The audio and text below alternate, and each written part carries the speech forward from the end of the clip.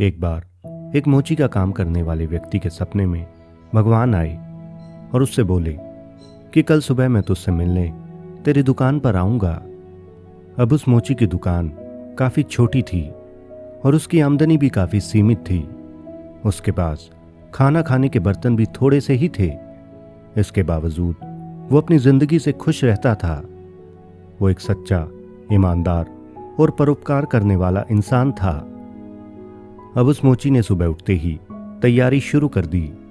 वो भगवान को चाय पिलाने के लिए दूध, चाय पत्ती और नाश्ते के लिए मिठाई ले आया और अपनी दुकान को साफ करके वो भगवान के आने का इंतजार करने लगा।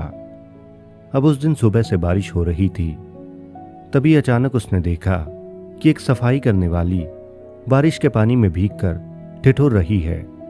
अब मोची को उस पर दया आ गई और उसने भगवान के लिए लाए गए दूध से उसको चाय बनाकर पिला दी। अब इस तरह पूरा दिन गुजरने लगा। अब दोपहर के समय एक महिला अपने बच्चे को लेकर आई और बोली, मेरा बच्चा सुबह से भूखा है, इसलिए क्या इसे पीने के लिए दूध मिलेगा? अब मोची को फिर उस पर दया आ गई और उसने वो सारा दूध उस बच्चे को पीने के लिए दे दिया। अब इस तरह शाम के 4 बज गए। मोती दिन भर बड़ी बेसब्री से भगवान का इंतजार करता रहा।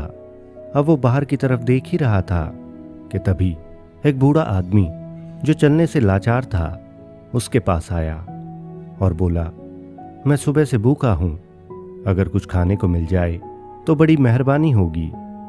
मोची ने उसकी बेबसी को समझते हुए भगवान के लिए लाई गई मिठाई उसको दे दी और इसके बाद मोची भगवान के आने का इंतजार करने लगा। और इस तरह सुबह से रात हो गई। अब रात होते ही मोची के सब्र का बांध टूट गया और वो भगवान को उलाहना देते हुए बोला कि वाह भगवान, तुम्हारे इंतजार में सुबह से रात हो गई। क्या मैं गरीब ही तुझे बेवकूफ बनाने के लिए मिला था?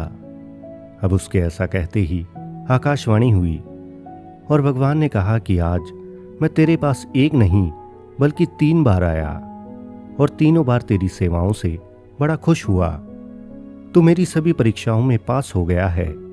तू श्रेष्ठ है क्योंकि तेरे मन में परोपकार और त्याग का भाव सामान्य मानवों की सीमाओं से परे है। मैं तेरी सेवाओं से अत्यंत प्रसन्न हूं। और दोस्तों, इस तरह वो मोची भगवान के नाम का सही अर्थ जान गया और मन ही मन मुस्कुराता हुआ अपने घर की ओर चला गया। तो दोस्तों, आज की यह कहानी हमें मानव जीवन का एक बड़ा महत्वपूर्ण संदेश देती है। हम पूरी उम्र ये जानने में गुजार देते हैं कि भगवान कैसे प्राप्त होंगे या वो हमें कैसे दर्शन देंगे, लेकिन शायद हम भगवान को सही अर्थों में पहचान ही नहीं पाते और परिणाम स्वरूप उसे यहाँ वहाँ ढूंढने में अपना सारा समय और बुद्धि लगा देते हैं। लेकिन सच तो ये है कि भगवान तो हमारे सामने ही होते हैं, परंतु हम उन्हें पहचान ही नहीं पाते।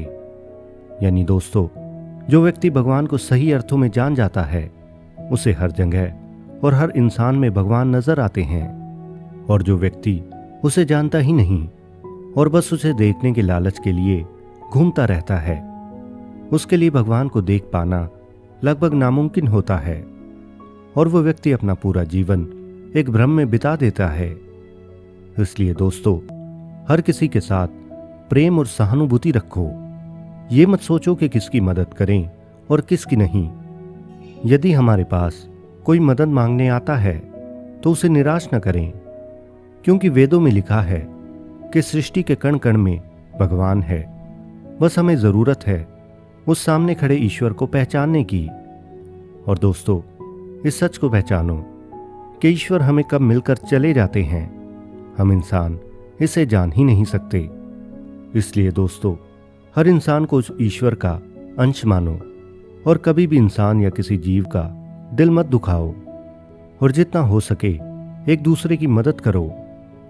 तो दोस्तों, आशा करता हूं कि इस कहानी से आपने कुछ न कुछ जरूर सीखा होगा। अगर ये वीडियो आपको अच्छी लगी हो तो इस वीडियो को लाइक और चैनल को सब्सक्राइब करके बेल आइकन को जरूर दबाएं। और अगर आप चाहते हो कि YouTube इस वीडियो को अन्य लोगों तक भी पहुंचाए तो इस वीडियो को लाइक और अपने दोस्तों के साथ शेयर करना बिल्कुल न भूलें, क्योंकि YouTube इस वीडियो को अन्य लोगों तक आपके लाइक और कमेंट देखकर ही पहुंचाएगा।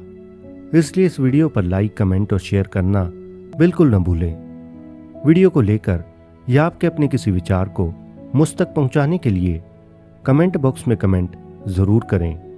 आपके हर सवाल का जवाब देने की मैं पूरी कोशिश करूंगा। तो मस्त रहें, स्वस्थ रहें और देखते रहें माई स्टोरी स्टेशन की नई नई वीडियोस। धन्यवाद।